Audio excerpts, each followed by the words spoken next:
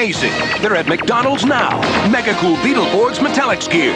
Beetleborgs! Hello, and welcome to the show that you should recommend to your friends if you don't want them to be your friends anymore. Ian's Ideas.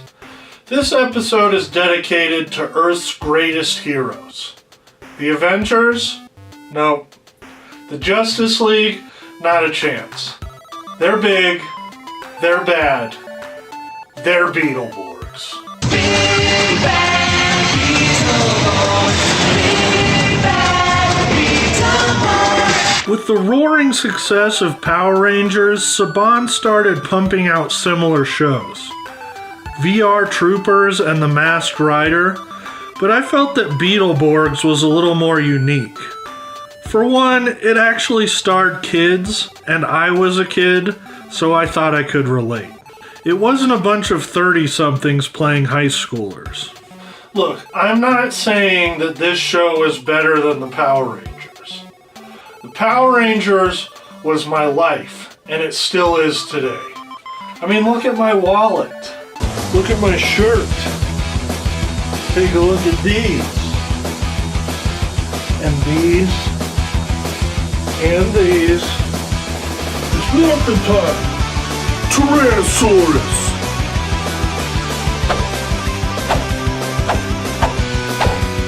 I'm just saying it was nice to see them at least try to branch out a little bit. And I can hear it now. Ian, why are you talking about a defunct 90s show? This is why no one watches your channel. Well, this is my show, and I can do whatever I want, so I'm going to talk about Beetleborgs. The story follows three friends. Drew and his little sister Jo, and their best friend Roland. You guys are so lame. Then there's some girl that Drew has a crush on that for some reason works at the comic book store. Labor laws, anyone? This kid is like 10 years old. This wasn't filmed in the 1800s on a farm. We had regulations. I remember when this episode first aired on a Saturday morning when I was a child, I begged my dad to take me to the comic book store downtown, and it was on that fateful day that I bought my first Fantastic Four comic. My life would be subsequently changed forever. Not because it made it better, but because I realized that life would never be as cool as it is in the comic books. So my journey of crippling depression began. Dude, come on. We just have like a couple more scenes to shoot. Oh yeah? You don't understand. Dude, I drove like 20 minutes to get here. Oh, you drove 20 minutes? Yeah, I've dealt with depression for 18 years. Alright, back to Beetleborgs. We're introduced to the lesser villains of the show. The bulk and skull of the story, if you will. Two rich brats named Van and Trip. They're basically Donald Trump as children. Or, they're basically Donald Trump. Let's just go with that. The rich brat brothers dare our future heroes to enter Hillhurst Manor, a haunted Victorian-era house on the edge of town. Not wanting to look like weenies, they enter the house. We can handle it. You guys be careful, okay? I've heard that place is bad news. Several monsters that are clear knockoffs of the Universal-era films attempt to eat them. While hiding in one of the rooms, they run into an old school organ, and in a moment reminiscent of Aladdin, a specter is released. But it's not a genie. No, my friends. This time, it's Jay Leno? That's Jay Leno. You can't tell me it isn't.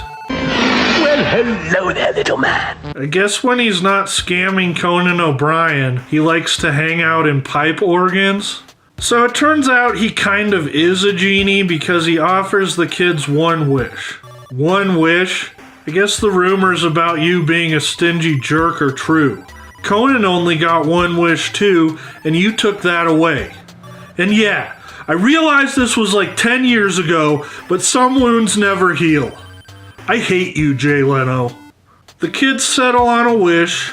They want to become their favorite comic book heroes.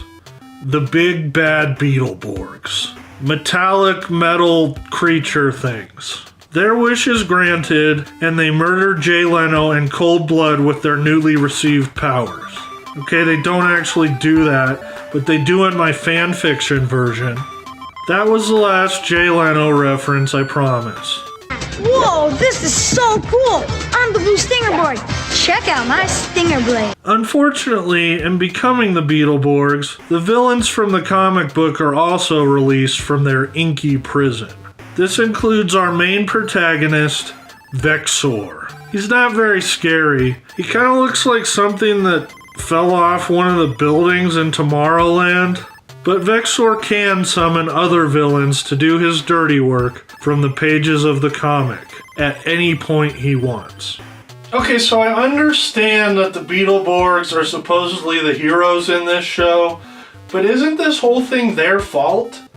If they hadn't wished to be selfish and become superheroes, the bad guys never would have been let loose. Idiots.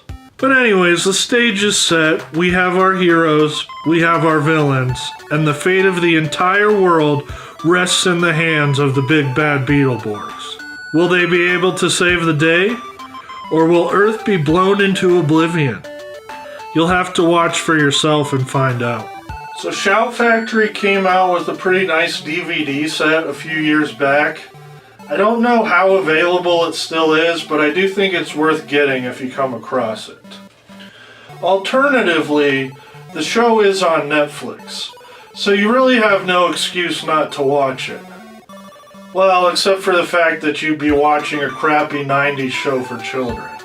I also wanted to mention that there was a toy line for Beetleborgs because, of course there was.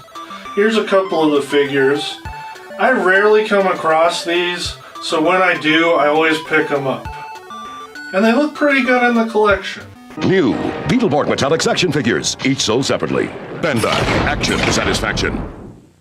Well, thanks for watching.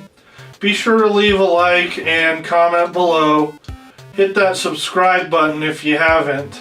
And leave a dislike below if you're a fan of Jay Leno. Man, this Jay Leno, the video game, is awesome.